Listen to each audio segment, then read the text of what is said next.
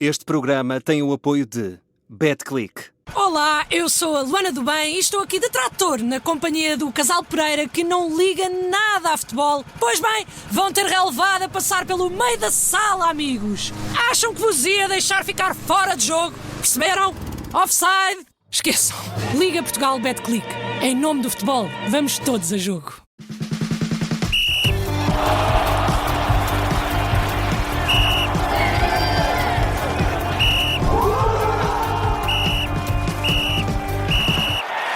Sem falta na Rádio Observador, sempre com o Pedro Henriques. Pedro, sem mais uma vez, muito bem-vindo, boa noite. Vamos olhar para o trabalho do árbitro, o juiz Mariano Barbu, que esteve no comando deste encontro que terminou com vitória estrondosa para o Benfica, 6-1 diante do Hearts, a contar para esta terceira pré-eliminatória da Liga Europa.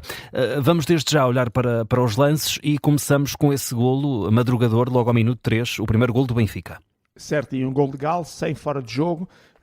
O gol é marcado por Rafa, é na construção da jogada do corredor direito, quando o Bá faz o passo para o Leandro Barreiro, que está em posição legal, porque tem entre ele Barreiro, e a linha de baliza adversária, que é para lá que se tira os fora de jogo, tem mais de 2 adversários.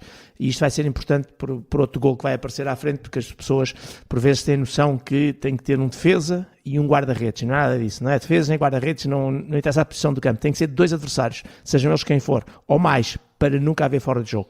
Portanto, gol 1 do Benfica, gol legal sem fora de jogo, nomeadamente de Leandro Barreiro. É aos 23, o segundo gol também é legal, Pedro, é isso? Sim, sem falta, há um pontapé de canto que é batido, Tomás Araújo de cabeça faz o gol, finaliza, ele tem um contacto daquilo que é o seu braço esquerdo sobre o ombro direito do Spital, acho que é assim que se diz o nome, mas não se apoia nem o empurra, e o Spital também tem em oposição o braço direito por baixo, como saltou menos alto que o Tomás Araújo, na zona ali por baixo do braço. Estava a faltar agora aqui o termo correto, mas por baixo do braço, portanto, digamos que o Tomás Araújo está por cima, o Spital está por baixo e, portanto, daí um dos braços estar mais acima do outro. Mas não se apoia, não empurra, não impede o Spital de saltar e, por isso, gol legal sem qualquer infração atacante. Aos 33 minutos, há esse amarelo para Gianluca Prestiani. Sim, é uma situação em que o Calvin Miller está a atacar pelo corredor direito e faz a finta para dentro. E o Prestiani com o pé direito toca e rasteira naturalmente o pé esquerdo do Calvin Miller. Ele, se faz a finta para dentro e não é tocado e rasteirado, podia entrar, aliás iria, era isso que ele pretendia fazer, entrar pela área e portanto já com algum perigo. E este cartão amarelo insere-se naquilo que é o corte-ataque prometedor e por isso boa decisão. Muito bem. A Prestiani, que volta a ser depois protagonista ao minuto 41, ainda antes do intervalo, com esse penalti.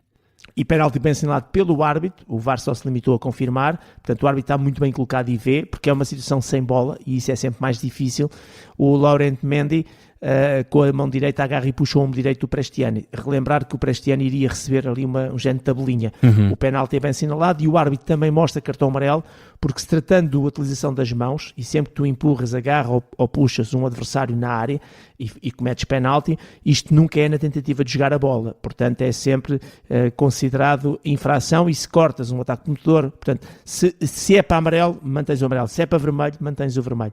Aquela lei da dupla penalização em que, no fundo, passas os vermelhos para amarelos e para amarelos para nada, ou seja, uma despenalização só se aplica quando as infrações de penalti são na tentativa de jogar a bola. E para a lei de tentativa de jogar a bola é quando tu esticas o pé e depois com o pé, ou com o joelho, ou com a perna, derrubas o adversário porque não consegues tocar a bola. Tudo o que seja as mãos, utilizas as mãos, mantém sempre a parte disciplinar. Portanto, dupla decisão correta, penalti e cartão amarelo, pelo árbitro, o VAR limitou-se só a confirmar.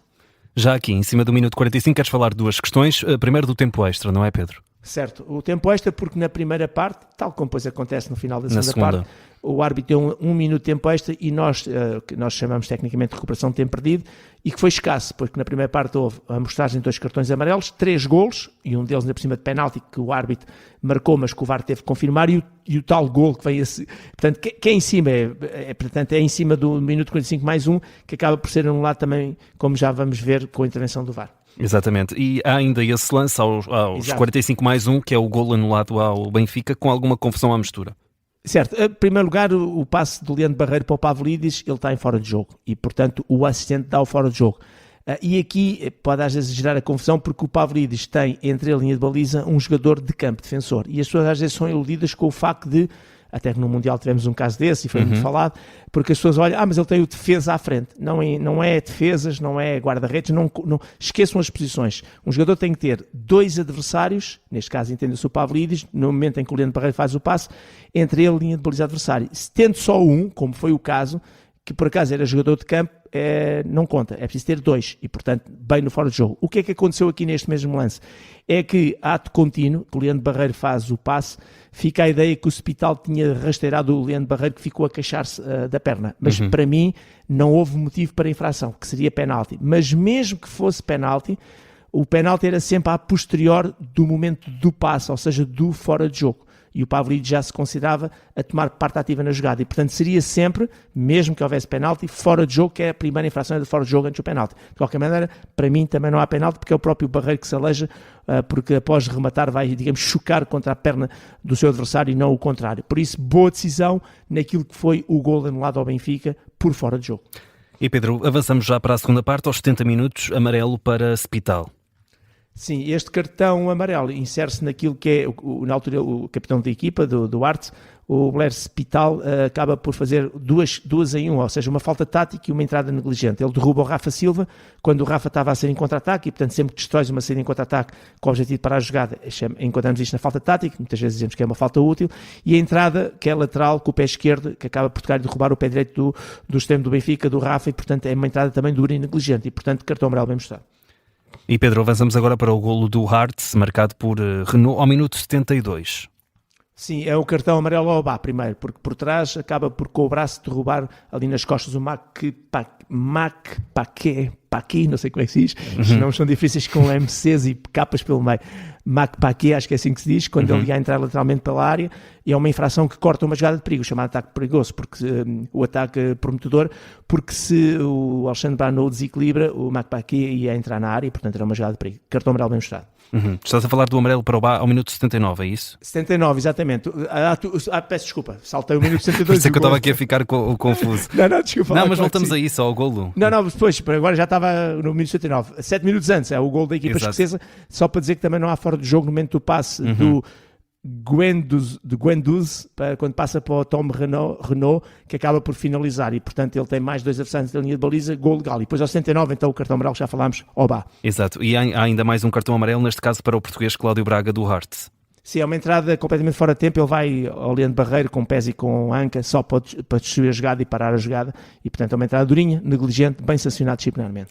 E voltamos a falar do tempo extra porque foram só dados 2 minutos nesta segunda parte. Sim, que não fazia sentido nenhum. Nós estamos numa eliminatória em que todos os golos contam. Está certo que o Benfica encheu a barriga, como costuma dizer, mas todos os golos contam. E portanto o árbitro não pode fazer esse tipo de questão. Se este fosse o último jogo, já eliminar e já tudo feito, aceitava-se do seu ponto de vista emocional em relação ao jogo e de bom senso. Mas aqui não. Reparem, houve na segunda parte 6 paragens para sugestões onde entraram 8 jogadores. Só aqui, a 45 segundos cada paragem, tínhamos só 4 minutos e meio. Portanto, já duplicava os 2 minutos. Depois ainda foram mostrados 4 amarelos, ainda tivemos, aliás, 3 amarelos, peço desculpa.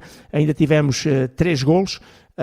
E depois com o tal penal, curiosamente, depois como o penalti já é em tempo extra, que é esse lance que vamos falar a seguir, o árbitro depois acaba por esticar dos 2 quase para 4 minutos e 35, portanto ainda aos 5 minutos. De qualquer maneira, os 2 minutos iniciais eram escassos, foram poucos. E falamos, Pedro, lá está, desse penalti para o Benfica aos 90+2. De forma muito rápida, o André Schaldrup remata, o Oisine Macanti acaba por interceptar a bola com a mão direita e faz aquela rotação que é tem a mão do lado direito e faz uma rotação quase 180 graus para interceptar a bola. E, portanto, o gesto de rotação ganha volumetria, fora do plano do corpo, interseção de forma deliberada, a infração foi bem assinalada. Só que o árbitro considerou que a infração tinha sido fora. Ele um bocado no limite e, portanto, assinalou o livre direto. E é aqui que entrou o VAR para corrigir e dizer ao árbitro, olha, a infração não é fora, é dentro, pontapé de penalti. Só uma explicação. Porquê é que o VAR, nestas circunstâncias, informa o árbitro e o árbitro, ao contrário da maior parte das vezes, não vai ao monitor? Sim. Porque tratando-se de uma situação factual e a página, o protocolo VAR, no ponto que fala da revisão na sua página 152, diz que, tratando-se, portanto, de uma situação factual, ser dentro ou fora da área é uma decisão factual, não é preciso fazer o OFR chamada On-Field Review, portanto não tens que ir ao monitor. Contudo, e só uma última explicação, se imaginemos que era 0-0, era o último lance do jogo e decidia-se aqui uma eliminatória.